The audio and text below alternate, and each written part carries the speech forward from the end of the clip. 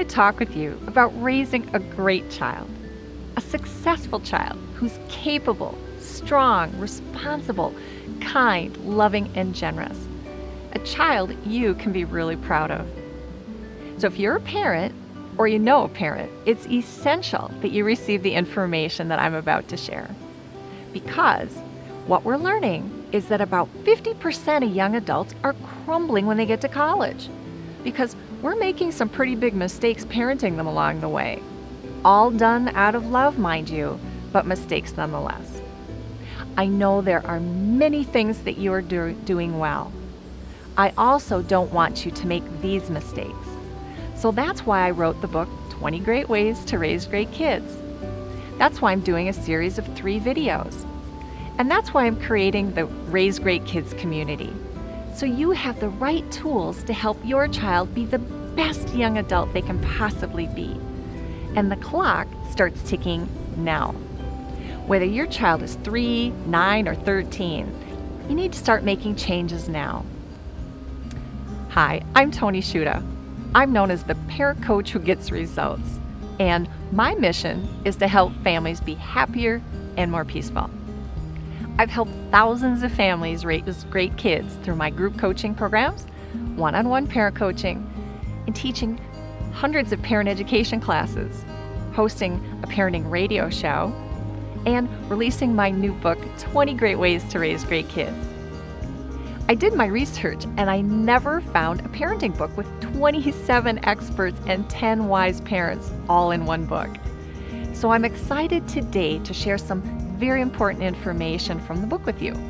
In fact, it's essential information that every parent needs to know about.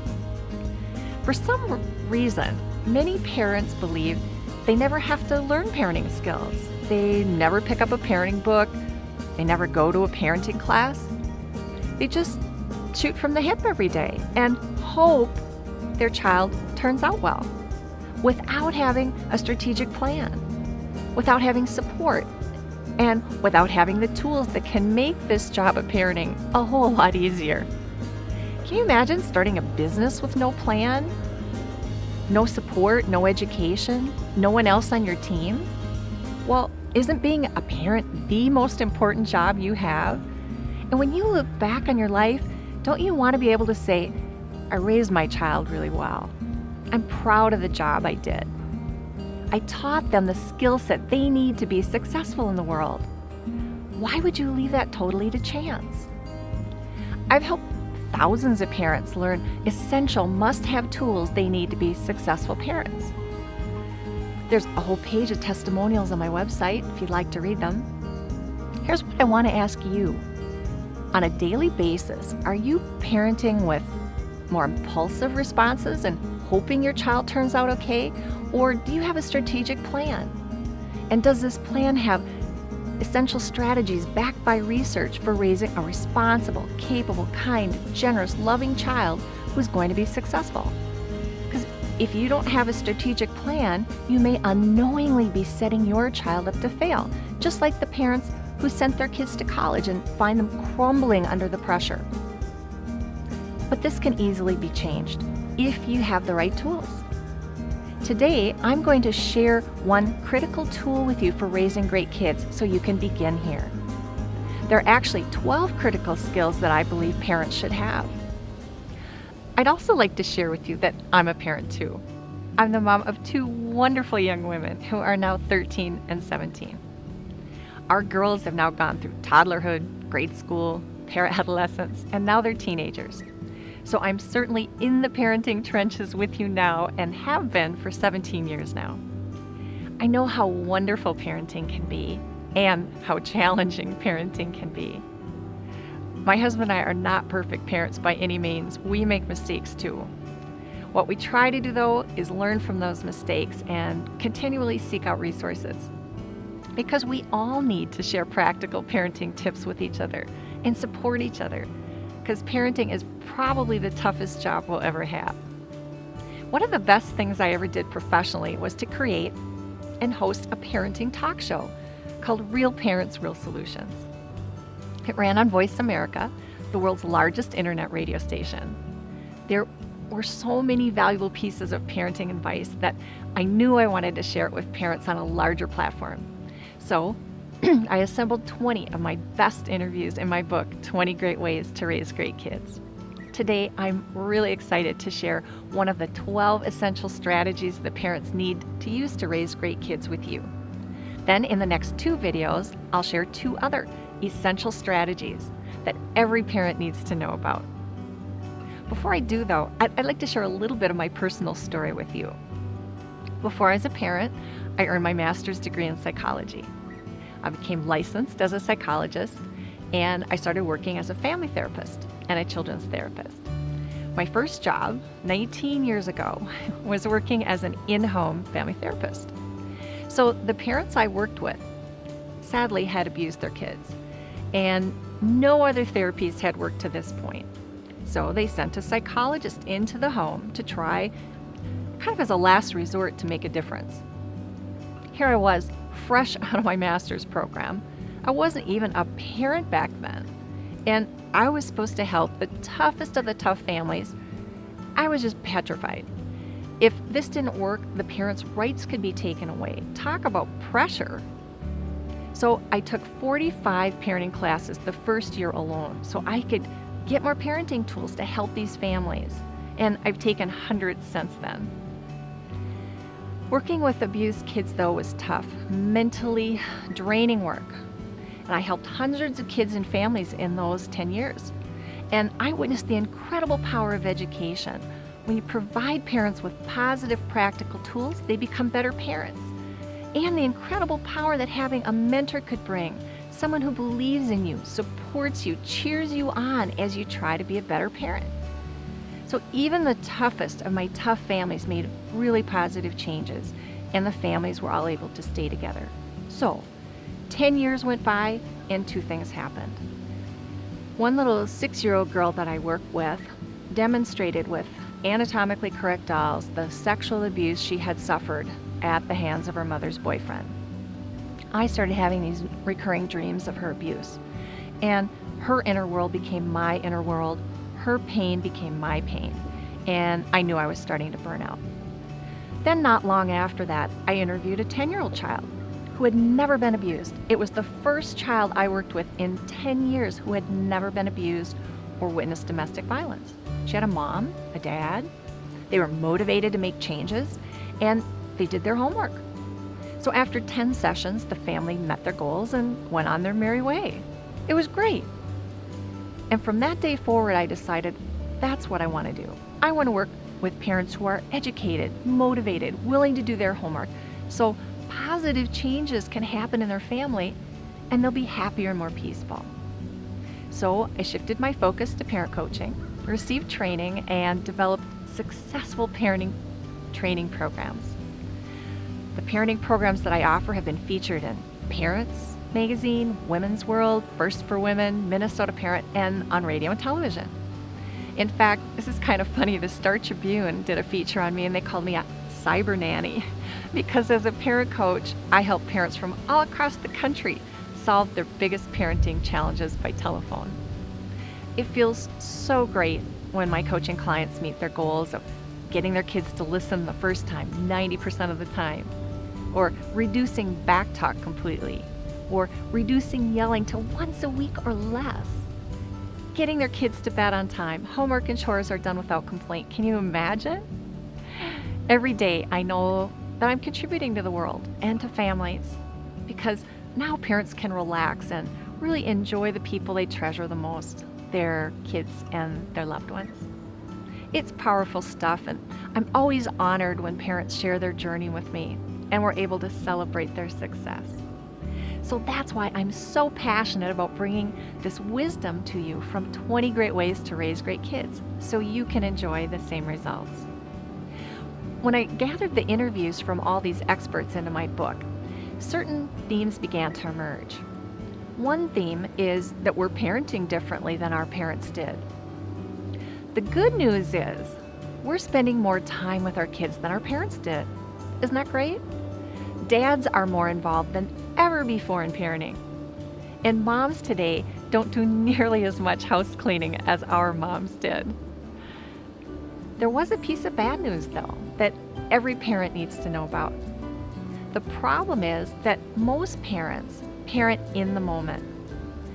You give kind of a knee-jerk reaction when your child misbehaves without thinking, what's the long-term impact that this makes? You may yell and then you feel horrible afterward. Maybe you overreact and out of anger give your child this huge punishment that you later regret. And then you don't follow through. So your word is not your word. You may say no, but then your child keeps bugging you and you cave. So then what has your child learned? Or maybe you're worn out. So misbehaviors like hitting or name calling go unanswered because you're just too tired to deal with it. Or you let your kids spend hours and hours on electronics because you just don't want to have this big argument about it. So the question I want to ask you is, on a daily basis, are you parenting in the moment? Or are you parenting with a strategic plan? Because I want you to raise a child who's loving, kind, responsible, independent, and successful. We all want that. So on a daily basis, do you have a plan? Are you making deliberate, conscious choices that are going to lead to that great kid that you want to raise? Because if you're not making conscious choices with a plan, you may be setting your kids up for failure. They may be psychologically fragile, like the kids we were talking about entering college. So here's some great advice from my book. If you do too much for your kids now, they may crumble when they get to college. Nearly 50% of college students are reporting symptoms of depression, anxiety, insomnia, binge drinking, eating disorders. And they're serious enough that students in surveys are saying, I can't function. I'm missing classes. I'm flunking tests. I'm dropping classes. I'm getting behind in college. I'm dropping out of college. I'm taking 5 to 8 years to finish college. Why? Because we've coddled them. And they don't have the skill set to be responsible, to be capable, to be confident, and to be successful. 2, a second finding from my book. If you're inconsistent in your discipline, there are long-term consequences, such as an increase in depression, obesity, and financial debt. And your child loses respect for you. They don't trust you. Third tip from my book. If your child is overscheduled and plays year-round sports, there can be overuse injuries and burnout by the time your child reaches the teen years. Record high levels of kids are experiencing stress. In fact, 80% of teens are saying, I feel stressed and my parent is clueless. A fourth finding from 20 Great Ways to Raise a Great Child.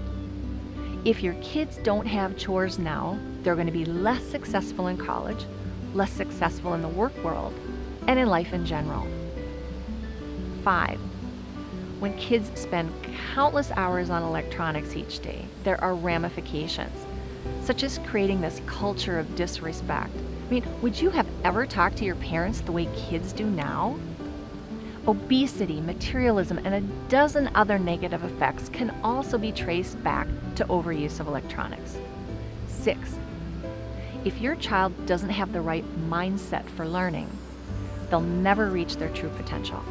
These are just 6 of the 12 critical issues I want you to know about.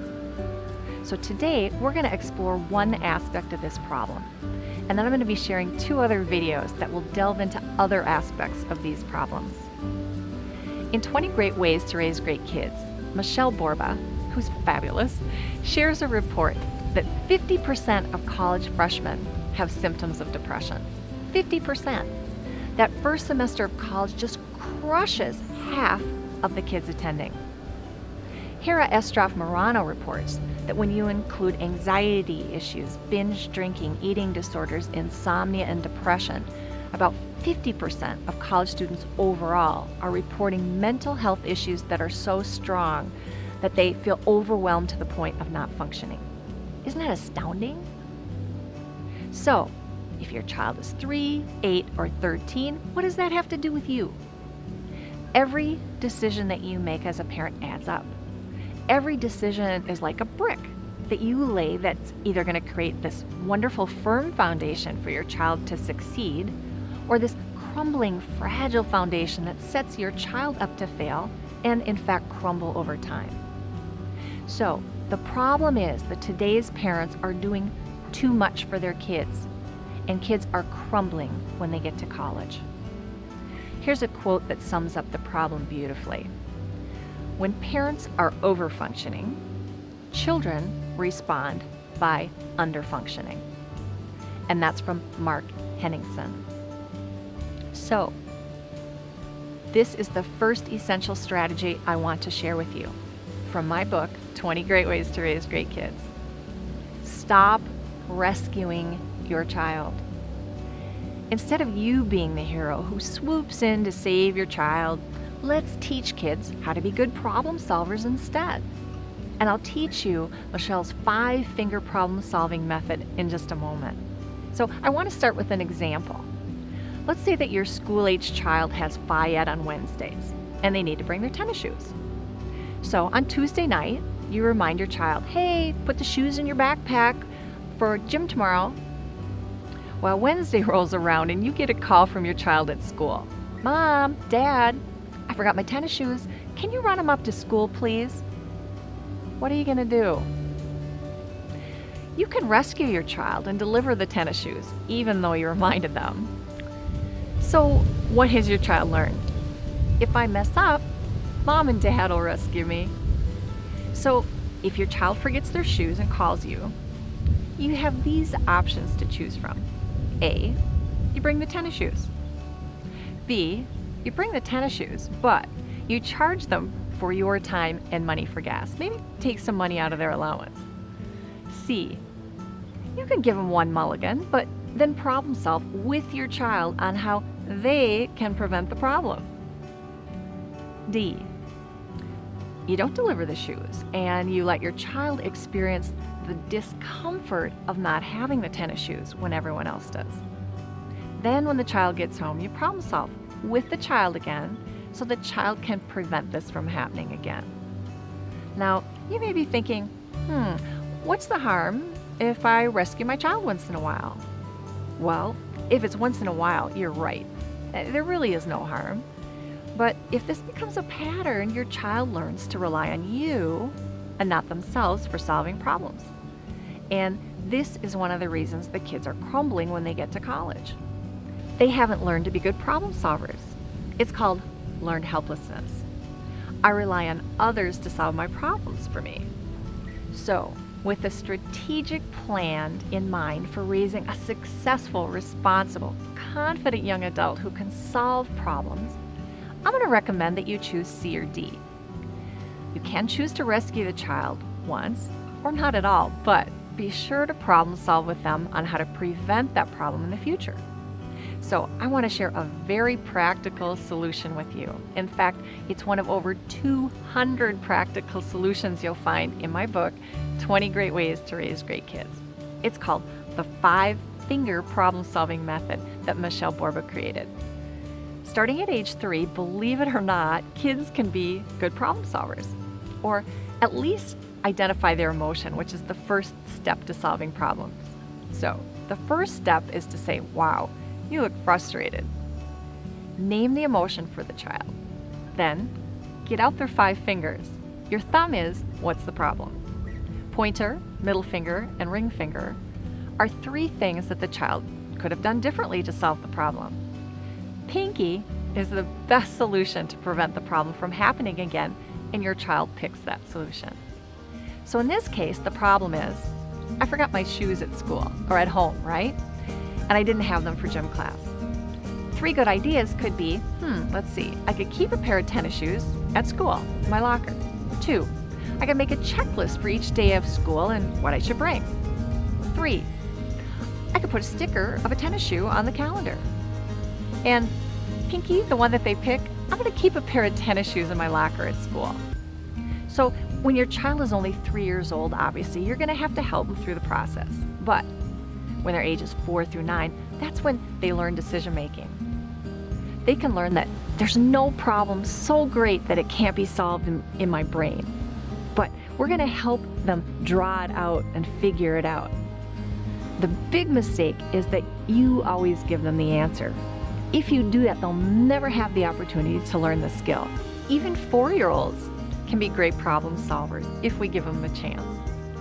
The type of solutions that kids come up with when given the opportunity will just amaze you. But parents, you need to open that door instead of always thinking, hey, I've got the answers. I don't know about you, but I have at least one problem a day, and think of the incredible life skill that you'll teach your kids if you teach them to be good problem solvers. You can use the 5-finger problem solving method in all sorts of situations. Let's say that your kids are fighting over a toy. You can have them get their 5 fingers out, right? The problem is that 2 kids want to play with the same toy at the same time. 3 possible ideas are, the toy gets a timeout. 2, we toss a coin. 3, we each get to play with it for 5 minutes and then trade. Pinky, they decide, let's flip a coin this time. So you can see how this simple problem-solving method begins to build a child's sense of confidence that they have solutions to problems right in their own mind, that they can make good decisions, that no matter what the problem is, they can figure it out. Isn't that so much more empowering to your child than just driving the tennis shoes to school each time or saying, hey, give that toy to your sister? Imagine if your child did this 100 times a year.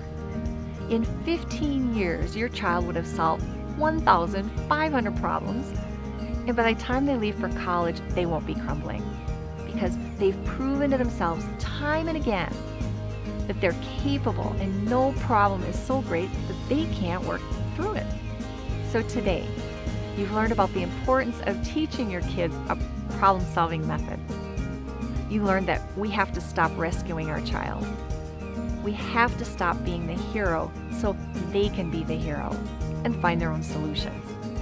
The 5-finger problem-solving method that Michelle shares of 20 great ways to raise great kids is a dynamite solution for raising a confident, capable young adult. And I'll be sharing another dynamite parenting tip with you in video 2 when we talk about the most reliable predictor for your child's success and how to implement it in your family. In video 3, we're going to talk about how to pry your kids away from electronics, a huge problem these days. I hope you've gained value from our time together today. Please share your comments below, and I'd love to hear what you thought of today's video and teaching your kids to be good problem solvers. Be sure to like this on Facebook too.